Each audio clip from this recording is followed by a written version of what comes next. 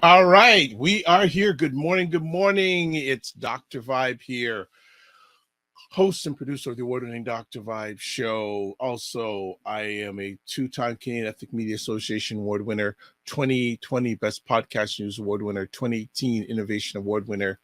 Also, co-host and co-producer of the only online conversation in the world, online show in the world for dads and fathers, sponsored by Doveman Plus Care, and being part of that conversation, part of a team that's reached out directly and indirectly to over 100,000 men around the world in 2022 and in 2023. So always saying yes 2 years in a row. So we're going for number 3 year this year. And as always, like to say, you're blessed, highly favored, a magnet for miracles, and a solution for someone's problem. And especially on this platform, Blackalicious. Hello, Mr. Knight. You have reappeared. Yes. So good to see you, brother. Right back at you. And for those that don't know who Ryan Knight is, I'm one of the co-founders of the Afro-Caribbean Business Network. We work with entrepreneurs of African and Caribbean heritage, really to figure out what stage the business is in and then help them create a blueprint to grow their companies exponentially. I'm an entrepreneur myself. I run a company called Detailing Nights. So we go to people's houses or their offices, clean their cars on the spot without water, and our plant-based, eco-friendly cleaning supplies. And shout out to the potential youth entrepreneurs that we're going to be working with in the summer. So if you know a high school or college student that is having trouble finding a job in the summer, please send them our way. We will show them that they have the potential to start their own businesses. And today, rocking SDH Toronto, get your Black Intelligence shirt. And as I said, so good to see you. But I know Right back at you. Hey, before we go any further, always got to make sure we say this, that this episode of The Morning Vibe is sponsored by the Macmillan Group, providing mortgage solutions one client at a time since 1999. Buying, refinancing, or investing, please call them in Canada, 905-813-4354, US, 904-586-5636. And there we go. And I know for a lot of people, I guess do this. It's actually the first official get back to work, get back to stuff day, because the kids are back. The kids are back. One other thing I want to say, to just a few quick things before we get right into it. Always subscribe to the Dr. Vibe Show on YouTube, and also if you do it on YouTube, also press the notification button. For those who are finally getting back in the street and the things that haven't seen for the last few weeks, on New Year's Eve, the Dr. Vibe Show went over 1,000 YouTube subscribers. So thank you, everyone who has subscribed. And if you're thinking about it, please do tell other people about it, and also press the like button on the on Facebook. But wherever you're watching this, please subscribe. And also, one quick little thing too, I've been asked by an organization called Innovation Guelph, who does helping of entrepreneurs and business in the Guelph region of Ontario, Southern Ontario. I'm going to be hosting a 3-part webinar on how to launch a podcast on January 19th, February 2nd, and February 16th. It is free of charge. Free of charge. So if you click on the link there, you can book for each one of the sessions. So I've been asked to do that. And I have to honestly say, I never thought about ever doing this, but now I've been pulled into the reign of hosting webinars. So I guess I'm getting into the Ryan Knight lane of hosting webinars. And also too, we're going to be giving away a calendar. Yeah, we got to do our calendar giveaway. Still, I haven't heard that we're not supposed to.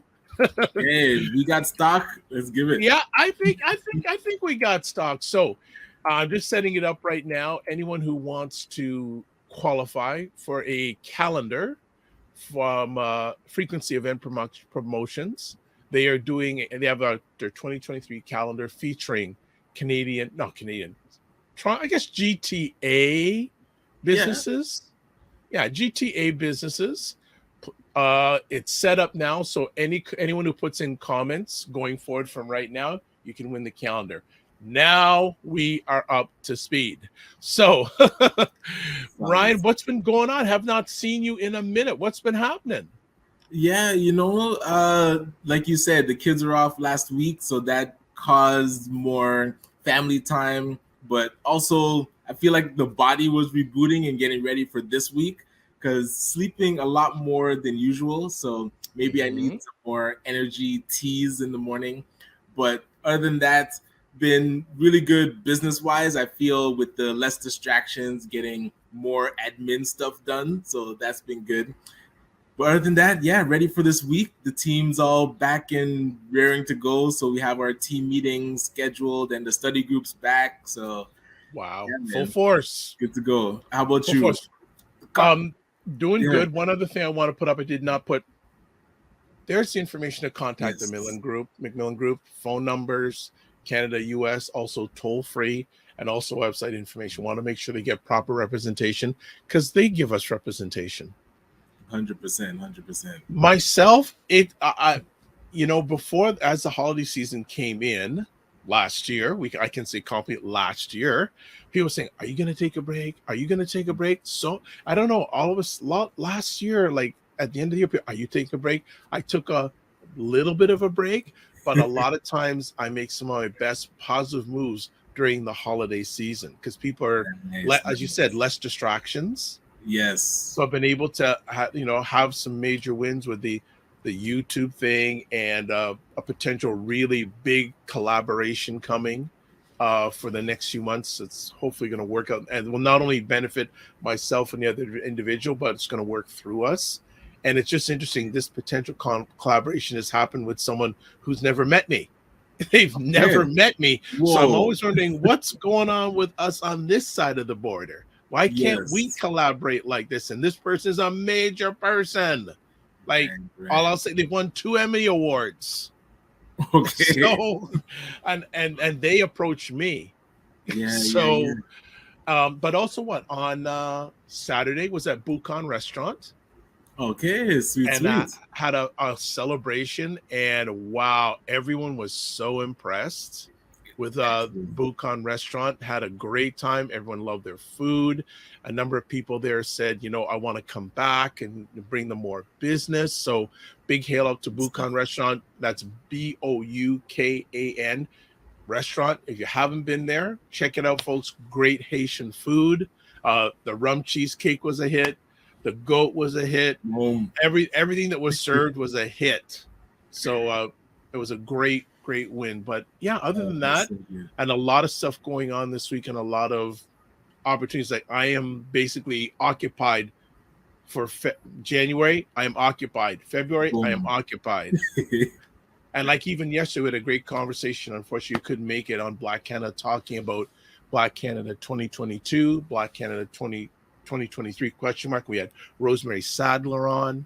We Right. had L.A. Wade. We had Cesar Nadima Musa, who was always dropping his knowledge bombs. And we had Yes. Jackie from the Black Business, I can't remember the exact name, Black Business Society in Vancouver. So we had a wide range. It was lovely representation of beautiful Black women and Cesar. That was some really good stuff that went down yesterday. So I could chat forever, but I guess that's some of the things going on in my alleged mind. Wonderful, wonderful. So what else? So what else has been going on? Well, the holidays are good. The family is good. You got the kids off okay this morning. Yeah, and I guess the last couple of weeks been really introspective of what to expect for 2023. It was interesting doing the community resolutions event with Donna Haro. Yes. So yourself and myself hosted that, and really getting to hear from the community what they want to see for 2023 and beyond. I know it did lean a bit to like police, how the interacting with the police and what's it called, like police brutality, police in schools. But other things that came up is around, of course, economic development. Made me think of what I do expect for myself and my businesses and even the nonprofit for 2023. So got to spend the last week really mapping that out, writing it down instead of just keeping it in my head. So yeah, it's more a year of focus really coming up. No more winging it. It's like know work No. and then lean into it, you know? Well, I'll, as I say to people, make a decision and take action. Talk Yeah. about it, make a decision, take action, and ask questions. That's a lot of times it's Yes. holding a lot of people back, asking questions. It's so important. I can only say for myself that I've made more positive progress asking questions than not asking questions. What So they when say, you you have ask, 2 ears for a reason. well, and it's also true that a lot of things where many of us don't want to ask questions, so we don't want to look like we don't know something, or Right. but we got to get our ego out of the way. We got to get our ego, because a lot of times the questions you're asking are the ones other people want to ask, but they're afraid. You ever been in a situation where you've asked a question and after people go, "I'm so happy you asked that. I was gonna ask that." Right. Yeah. And they'll You know, say like, "Oh, but I didn't want to sound dumb." exactly. Get your ego out of the way. Yeah. Get your 100%. ego out of the way. So, and it's nice segue, right, in regards to the conversation that Donna had us participating in, because this we're going to be chatting about a very interesting conversation today, and we'll put up on the screen. And even though it's Toronto, it's based on events happening in Toronto, I think it's applicable for a lot of cities, especially in North America. So just recently, Toronto's re-elected mayor, I think for his third term, John Tory, wanted to spend $48.3 million increase in the Toronto police budget. And a lot of the money going to hiring more police officers, less to programs that'll help marginalized communities. And so a little background on our conversation topic today. So a few days ago, one of my elders called me up. He was angry about this. Right. Yes. He was very angry about this. Okay, well, let's come on and let's chop it up. So we this morning have Louis Marsh from the Zero Gun Violence Movement back. Very, very, very always love to have him on. And when Louis came on the phone with me, I said, within 30 seconds, I said, Louis, you got to come on and chat about, we got to chat about this. No choice, because I don't think a lot of media outlets, period, would say, okay, come on and talk about it, or they're going to just give a 2-minute clip. Louis been on a number of different media platforms, and I always say he has room here. Him and his community, massive. Anytime they want to chat about important and relevant issues, we make the time. We don't have the time. We make the time. The time is there. We make it to discuss all this. So, Elder, good morning. Happy 2023 to you. Good morning, and thanks for having me back again. Dr. Vi, Brian, continue to do the incredible work you guys are doing, providing platforms for alternative perspectives beside the traditional dominant perspectives.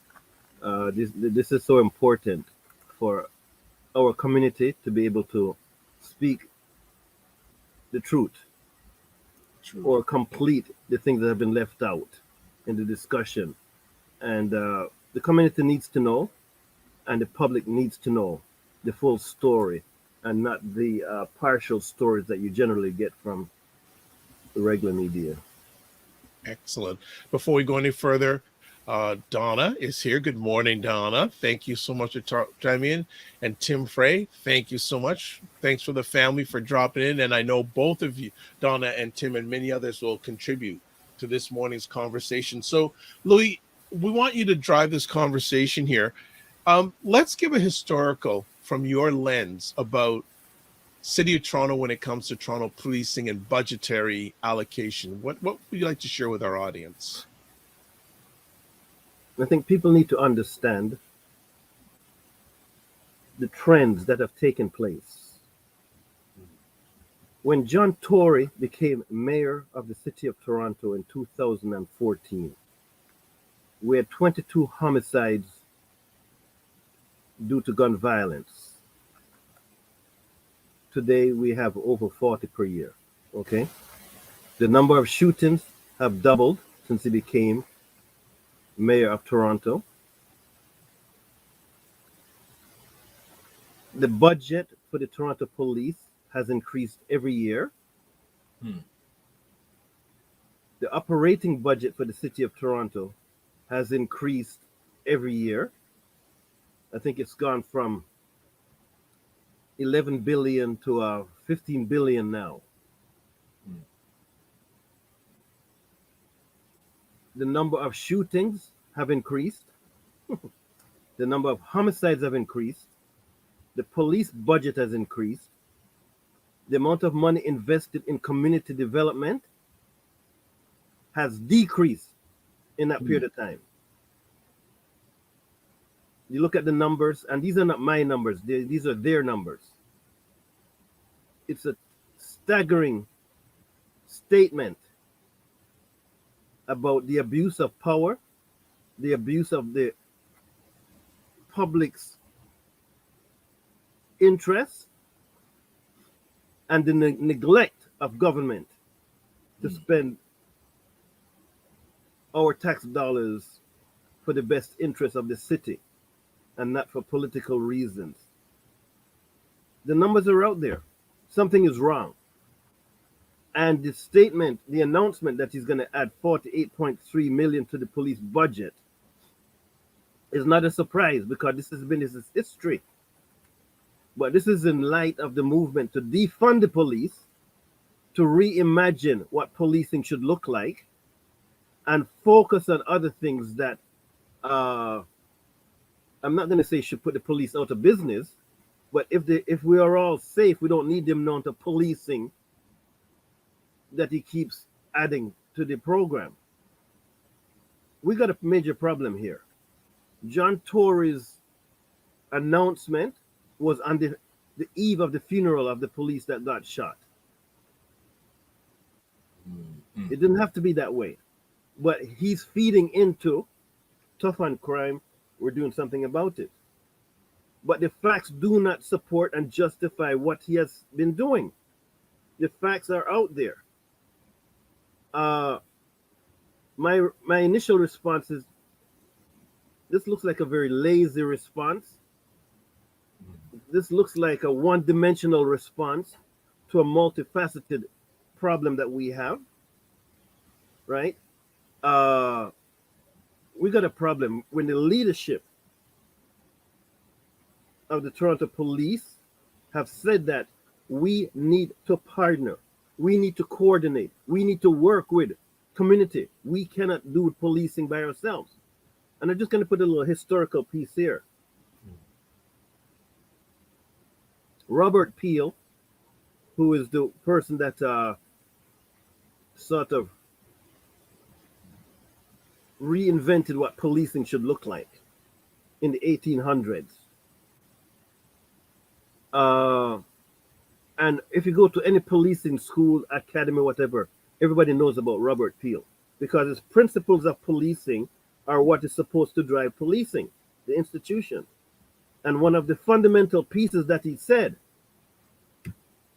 for policing to be effective, policing is the public and public is policing. There's a direct relationship. You cannot work in isolation. Policing is the public, public is policing. They have to work together. Right. And our policing system has worked in isolation, supported by budget, supported by media, supported by politicians. And in that isolated way of policing, we've seen an increase in criminal activity, shootings, homicides, and we said, let's just give them more money, give them more money, give them more money. So that's my initial response to open the discussion. And I know that Donna, who I've worked with for years, also has some good insights about the policing issue. And I also have insights that go back to the 1970s on how policing operated in our city against our community. And I'm going to bring that in as the discussion continues. Sure. Fantastic. Fantastic. Good morning, Fitness IQ Cam. Thank you, family. Thank you, family. Ryan, do you want to start the conversation? I can, but if you want to I was start... curious because, as you mentioned, the move feels lazy. And as I heard the announcement, it made me think like it was the popular move. It's like the easy choice instead of going the hard way with actually working with community, figuring out what amount of that almost 50 million could go towards more of the community partnerships. So I'm curious, how do we combat politicians making political moves that make them look good to their base and really lean into and put pressure for them to do the hard work instead of just the easy route? Like, it really feels like we're stuck because this is what they've been doing year over year over year. How do we intercept that or interrupt it? The pattern. Well, Ryan, the first word in community safety is community. It's not police and it's not politicians. We've just gone through the Kwanzaa celebrations, the 7 principles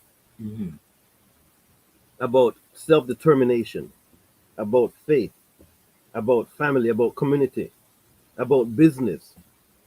I did not see police in there once, and I did not see politicians in there once. Right. Those principles. They spoke about community being at the forefront, individuals being at the forefront. So any dependency that we have on the police and politicians to fix our community issues, it's a non-starter for me. How do we develop community so we can be at the forefront? Zero gun violence movement works across the city of Toronto, so we see the good, the bad, and the ugly. When I see significant improvement in how things are working, I see community at the forefront. I see community at the forefront. Politicians and police coming later. If they show up, we've got a problem. Right. If this is working properly, the police budget should be decreasing. If we're making progress, the police budget should be decreasing. But as crime increases, we put more police on the ground. Crime increases, more police. Crime increases, more police. Right. Something's wrong with that. We have to insert community back. We have to go back to Robert Peel, where the public is involved more. And what I would have liked to see, and I know the city is working on something called the Safe TO plan and Towards Peace. Safe TO is still on the shelf. I still haven't seen it operational yet, which is a 10-year investment in community investments to address violence in community. Towards Peace, yeah, we've worked with them on a couple initiatives, right? But I did not see that even mentioned in the budget, right? So it seems as though the priority is about political gain for Tory, pandering to this tough on crime issue. And I'm the mayor for all the people. I listen to the people. I listen to the community. That's why we're putting more police officers on the street. I'm saying, hold on a second, John. We work in the community. We all want to be safe when we leave our house to go to work. We all want to be safe when we go to school, right? But there's other things involved. Community programs, legitimate community programs, community centers open and providing services that the community needs, right? There's other things that if they're not fixed, crime has to happen. It has to happen. So always dealing with the policing portion, again, is lazy, one-dimensional, to a very complicated, multifaceted issue that we have the resources and means to address. We just don't have the political leadership. Okay. Just want to jump in here. Donna is saying, I agree with both of you in regards to the announcement. It's lazy. It is lazy and also dramatic by bringing in the media component in where we drop something when a media event like this police officer's funeral is going to happen. I want to, and Louis too, I want to ask, because you have evaluated experience, people like yourself and Donna, how in any way has policing to our community changed, if any, since the 1970s? So I'm going to go back to the 1970s and just give you a snapshot. 1979 September, there was a spate of police shootings of black people. We held a black youth provincial conference at Skadden Court Community Center to address it. The issues on the agenda were police brutality, anti-black racism, school to prison pipeline. Those were the issues that were discussed. The Canadian Civil Liberties Group had organized a forum at OISE, the Ontario Institute for Studies in Education, to discuss police brutality, racism in the police force, to address it. And it was all set to take place. And at the last second, the police withdrew from the forum, saying that they didn't think it was going to be a public discussion. And they didn't want to further excite the public about the shootings. So their solution, instead of talking about it, was to withdraw from the forum. This is 1979. Mm-hmm. Today, policing, they've admitted that they've had racism in the police force. They've admitted now that racism against our community is twice, 3 times what other communities and other people endure. Mm-hmm. Strip searches, everything. This is something that we've been telling them from the 1970s. It took them 40 years to figure it out. I don't have another 40 years in me, right, to get to the solution here. They've admitted it, which is a step in the right direction. They've the police culture is changing in that they're more receptive to community. They're inserting police officers into communities for 4-year terms. Right. To build relationships, get to understand the community, and so on and so on. There's more public consultations, public discussions, and more reports, research, data collection. So now they have acknowledged the problem exists.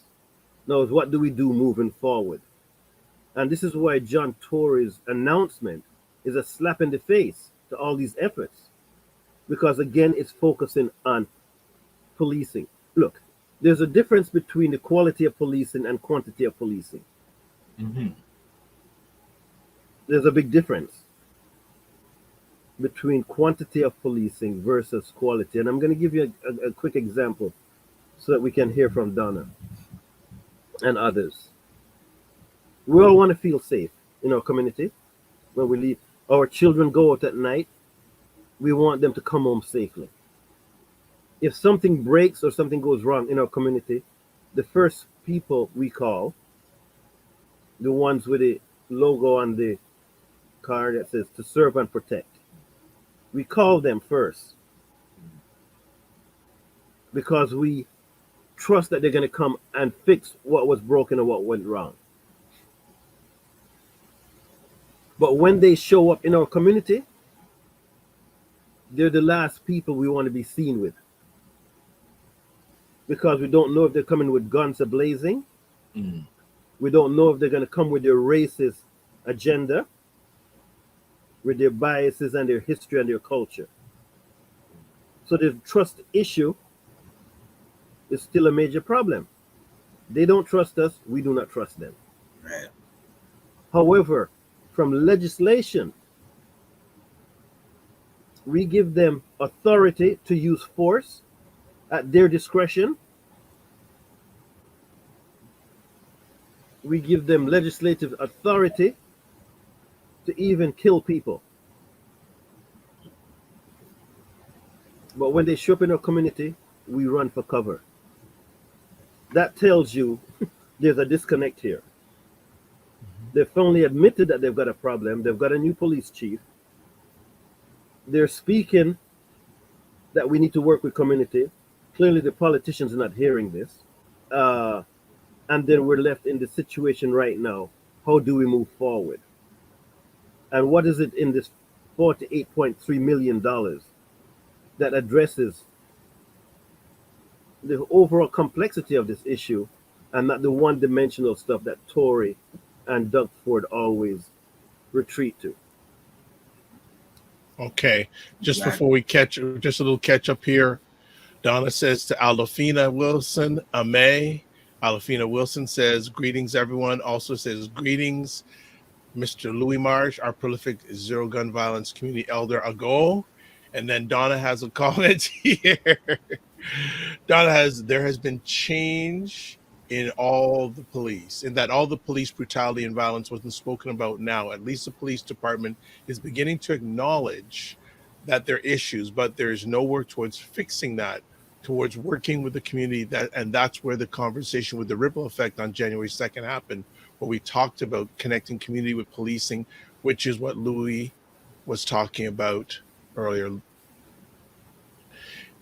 Ryan, do you have a comment? I have many, but I certainly want to make sure we walk together on this one. Well, that's where you had mentioned that the announcement of the dollars was more of a slap in the face. And I was going to ask if you found it surprising that they would go that route, because the police have been more receptive. They, like you said, acknowledged the wrongdoing. So that shift from the 70s to now present day, at least there's the acknowledgement that if budgetary dollars were put towards more community involvement, the police would be on board, from what I'm hearing.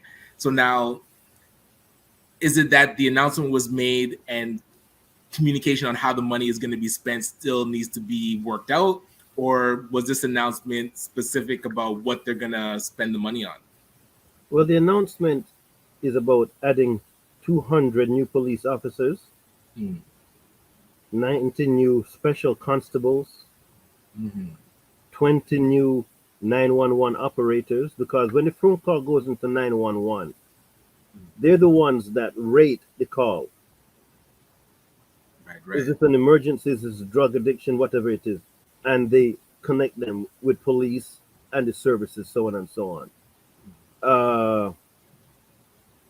60 new neighborhood police community officers. Look, he could have done a better job of outlining the community impacts, Right. instead of to the police. Like, how much money went to the community? Like, you walk around the city of Toronto, when the sun sets and goes down at night, there's certain communities in our city that become alive, vibrant, energetic, business activity, people walking around with 2 and 3 shopping bags with a little dog on their side with ice cream cones and stuff. Playgrounds are filled with people. And another part of the city, when the sun sets, the community shuts down. It's shut down, right? You don't see a soul out unless they have to be out. So Toronto has become a city of cities, right? Your community safety level is dependent on your postal code, in other words. The parts of the city that shuts down and everybody retreats into their homes is there for a reason. It happens for a reason, because people do not feel safe. There's no investment. There's no economic investment. A lot of these problems could be avoided if young people had positive alternative activities to take part in their communities, where they could come out and feel safe. This is what we need to do. We need to invest in community programming, community services, community support. We need to build. When last have you seen cranes in these communities? You go downtown, there's cranes everywhere. Right.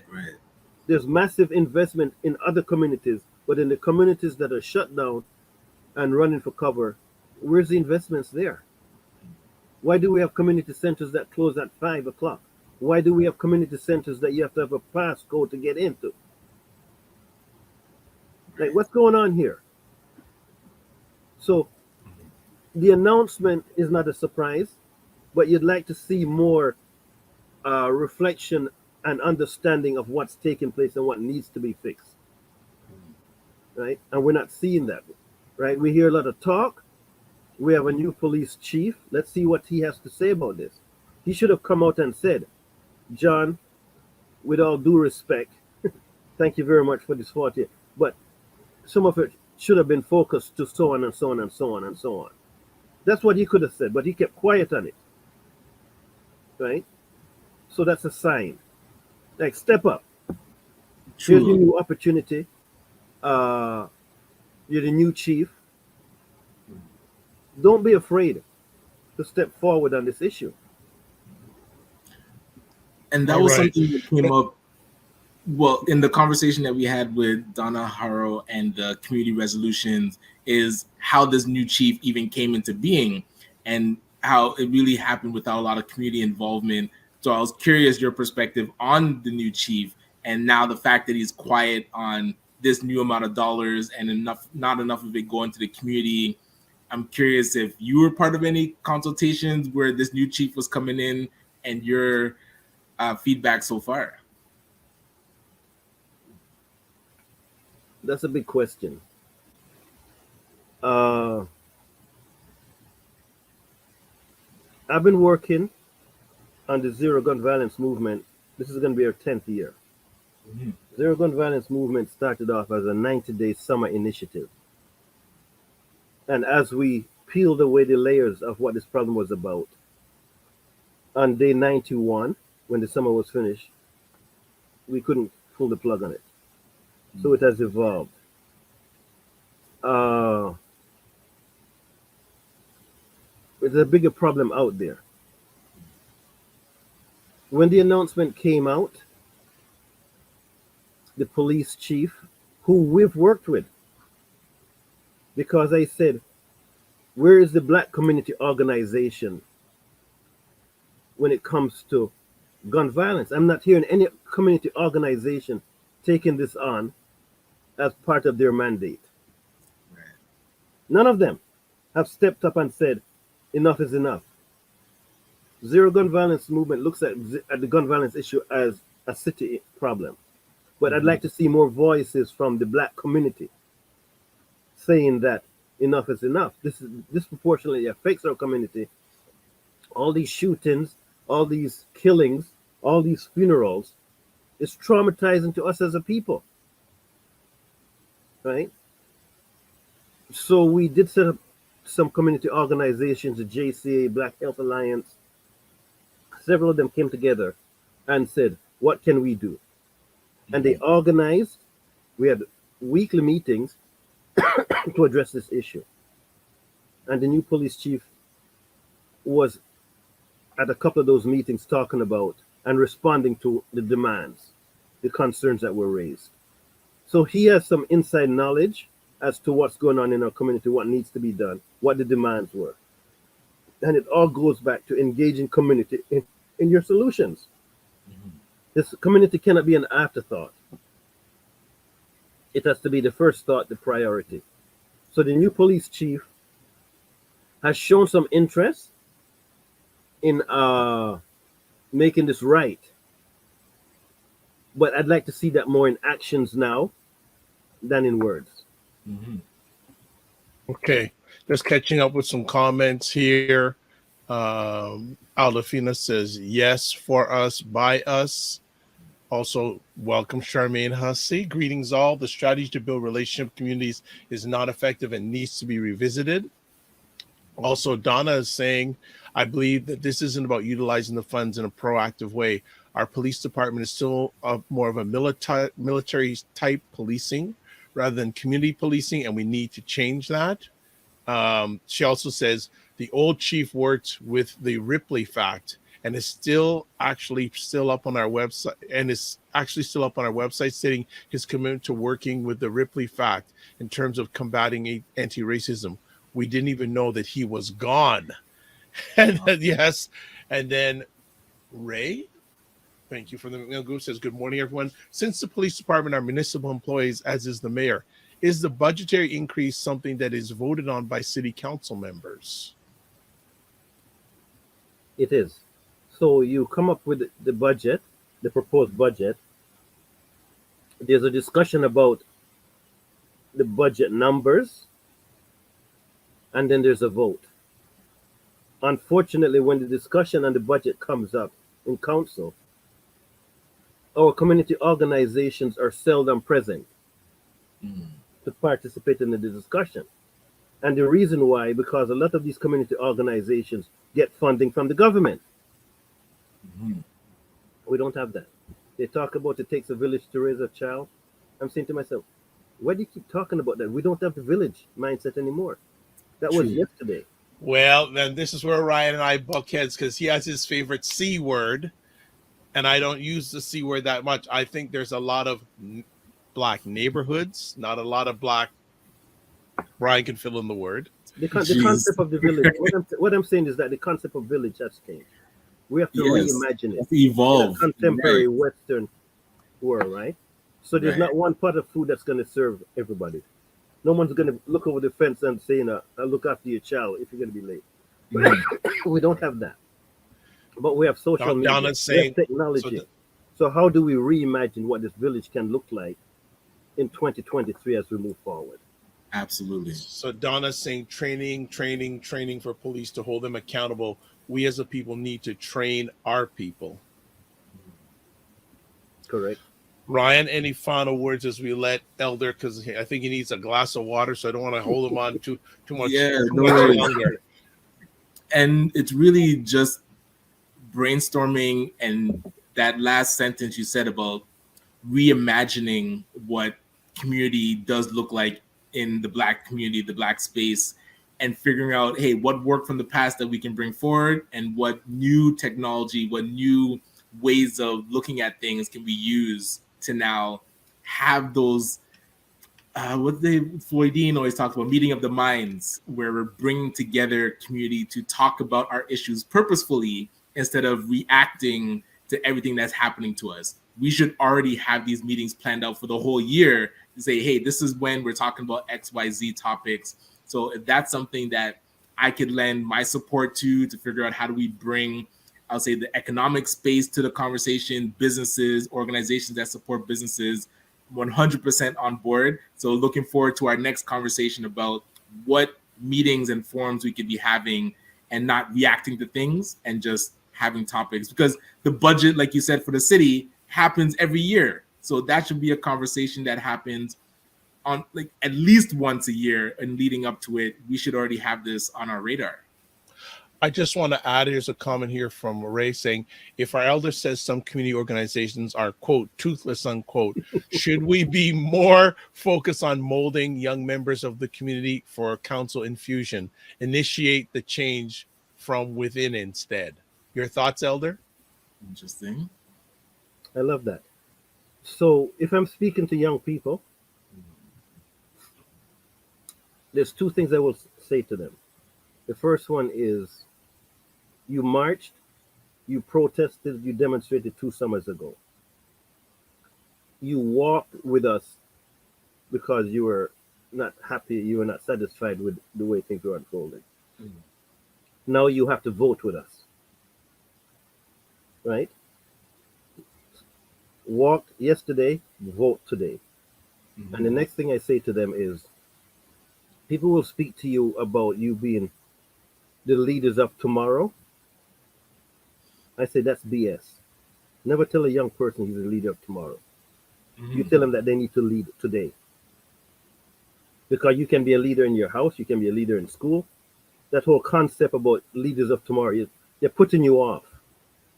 They're delaying. Right?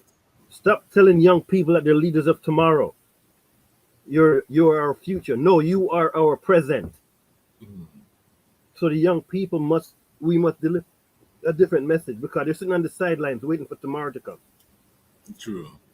I need to activate your leadership and your engagement right now.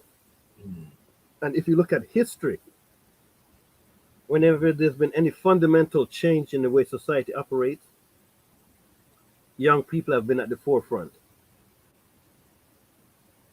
So stop waiting until tomorrow to be a leader. Start showing leadership today. Start now. Just want to add additional comments here. Judy saying we need more people from different backgrounds to be in position of power. The indigenous community have support from the government called ITB, Industrial Technological Benefits. If you have an indigenous owner or leader, you get a credit. All government contracts need ITBs. If you're a female owned or lead, you can get an ITB.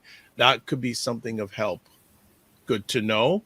Also, Judy asks, how do you feel about community officers being back in school? From a relationship standpoint, understand that it should be not to be racially profiled. In London, Ontario, where I live, the police do not want to go back into the schools. Not sure if there's time to answer that. Thank you for the great conversation, Judy. Elder, do you want to talk about that? So quickly, this is a hot issue right now, police in schools.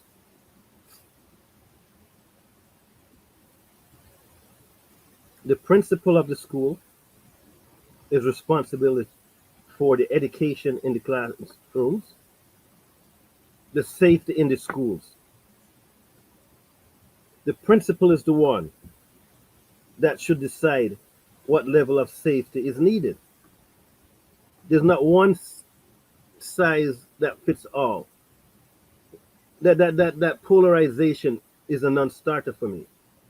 In certain communities, the school needs to be open 24 hours so that they become a community hub of engagement and activity to provide positive alternatives. Right. So this has to be done at the school level. There has to be parent council meetings that are legitimate. That means the parents and show up. Black parents have to show up at them. Yes, so they have to be legitimate. They have to be representative, right?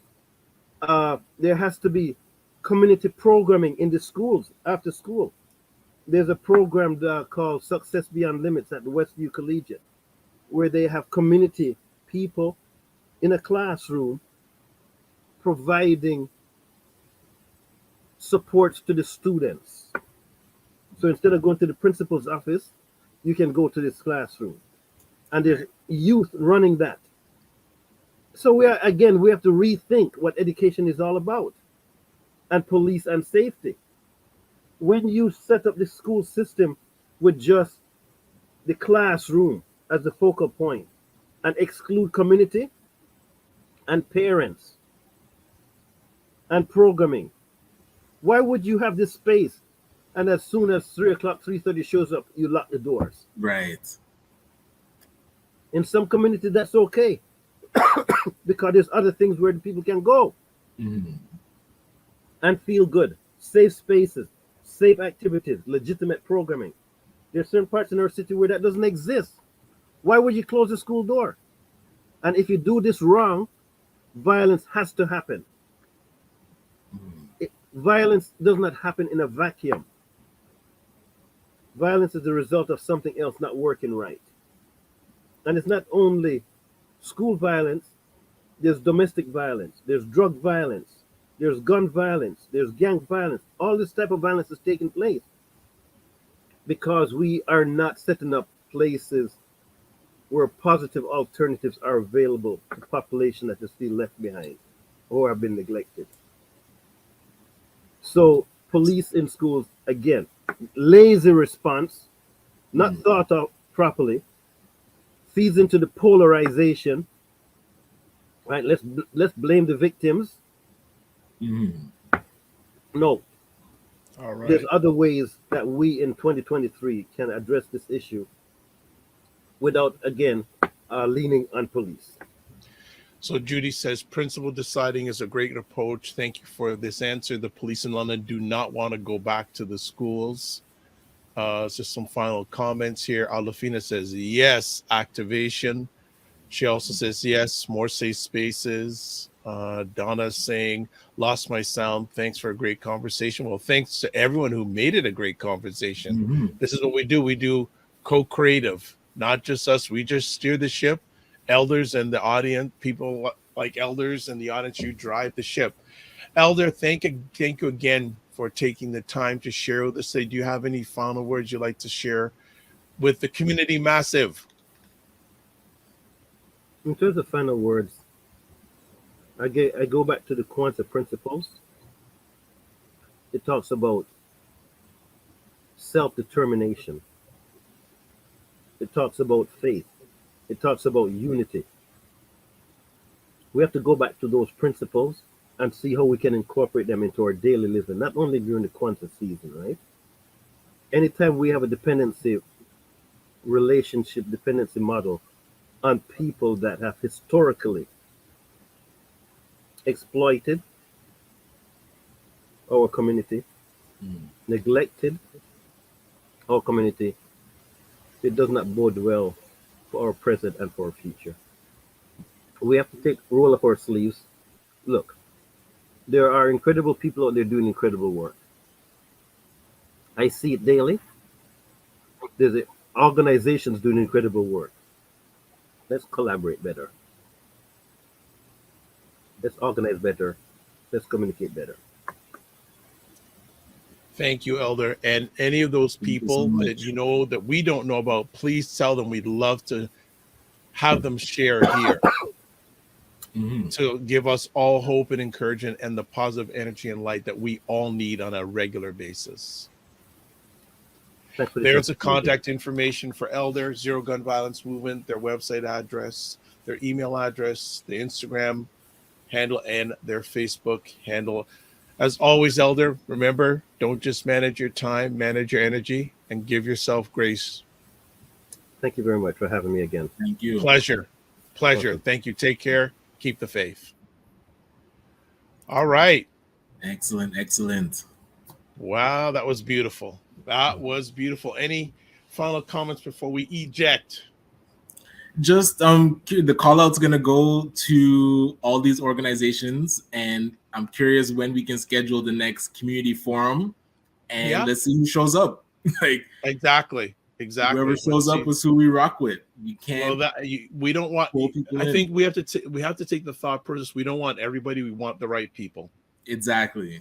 So but look at it this way. Say everyone just gave 1%. Could you imagine how much movement would happen? Right. And that's where it should be on our calendars. Like this shouldn't be something that we're always trying to piece together. It should be, hey, we're 2023. This is what happens as community conversations every year. Like it should just be automatic. So absolutely. What's up for the rest of the week? Yeah, we back into the grind. I have a couple meetings with the city of Markham to touch base about what they're doing for diversity and inclusion. Also with the study group happening on Tuesdays. So actually I'll extend the invitation to Louis to be part of this as we talk more about actioning things that need to be done in the community around different themes in the community. So yeah, it'd be good conversation to see how we can mitigate youth violence, because that's one of the chapters in the Black Empowerment Manifesto is how to reduce youth violence in our community. So, and again, that's not a space that I focused on. So we need to hear from those that are running organizations and movements that are focused on that space so we can see how we can support. So looking forward to that tomorrow. Good stuff. Aldefina says more. Right. Says we are stronger together. Yes, we're going to do more. If you're watching this live or on the replay, those are the different places you can catch replays of this epic conversation. As always, I'm going to say subscribe if you want to the Dr. Vibe Show on YouTube. Also hit the notification button, like on the Facebook. Also, wherever you're watching this, just subscribe wherever you're watching so you get notified of these upcoming conversations. Again, if you want to know about podcasting, join me on January 19th, February 2nd, February 16th to talk all things podcasting. Join me for this free. I should put free next time. The free 3-part highly interactive free series. There it is. Free. I put it at the end. There's a link if you want to check that out. Yes. Also, we've got to do a giveaway. So we got to do the giveaway real quick. If you haven't, too late, because we're in bonus time, so we're just going to run it. So this is for a calendar from Frequency Event Promotions. We got it up. We got the screen there. Let's do the giveaway. Bam. Cool. Let's see who is the winner today. Tachi. The Macmillan. I think the Macmillan Group has Did they? won. I swear they did. I think they have won, so we're going to do it again. I think you've won, Macmillan Group. So sorry, make this assumption. We're going to draw again. I think they have won, so let's try again. If not, we'll reserve one for them. There you go. Why does it keep on doing Macmillan Group? Have you Bias hijacked our? to the sponsor. Have they hijacked the back end? Have they hijacked? Ray, have you done work your magical powers? All right, Donna. There we go. That's better. Amazing, So, Donna, amazing. you have won a calendar from the Frequency Event Promotion. So, what you need to do, Donna, is this. So, let me take this off the screen. And what you need to do is, Donna, if you email info@Frequency Event Promotions and put the word The Morning Vibe in the subject line of your email, Christopher from Frequency Event Promotions will send you out a calendar that features various Black Canadian businesses around the Greater Toronto area. So we got that happening. We got some final comments coming in for some people here. Dr. Tachi, this was phenomenal. Thank you so much. Fitness IQ Cam, love the conversation. And I thought Ray said, yes, we did. So we were good to do the reading of the conversation. And Dr. Seth says, yay, Donna. So that is fantastic. If we got anything else going on here. All right. This is good. This is good. So we are done until Friday. Yes. Looking forward Don't to it. know what we have coming up on Friday. If not, we'll do an open thing. And Ryan and I know what we're going to do at least every few weeks. We'll do one of our open conversations where we'll just invite people to come on and chop it up with us. We had Fitness IQ Cam, who was very brave to come on with us. And also then Ray McMillan joined us. And Fitness IQ Cam, you didn't talk much. So we need you back. You got to talk a little bit more. I know Ray drops knowledge bombs. You got to share with us also. So we're looking forward to it. For those who are getting back in the swing of things this week, as always, don't just manage your time, manage your energy. Also, live your life as a dream. If you can dream it, you can make it. Sometimes you have to get small to get stronger. Block assumptions and aim bigger, aim better, aim higher, aim wider. Love, faith, and respect. And remember to give yourselves grace. Oh, Fitness IQ says, I was brave and shy. That's a rare moment. Yes. Well, we'll see you back on Friday, family. Have a great week. Thanks for always. We appreciate you and see you then.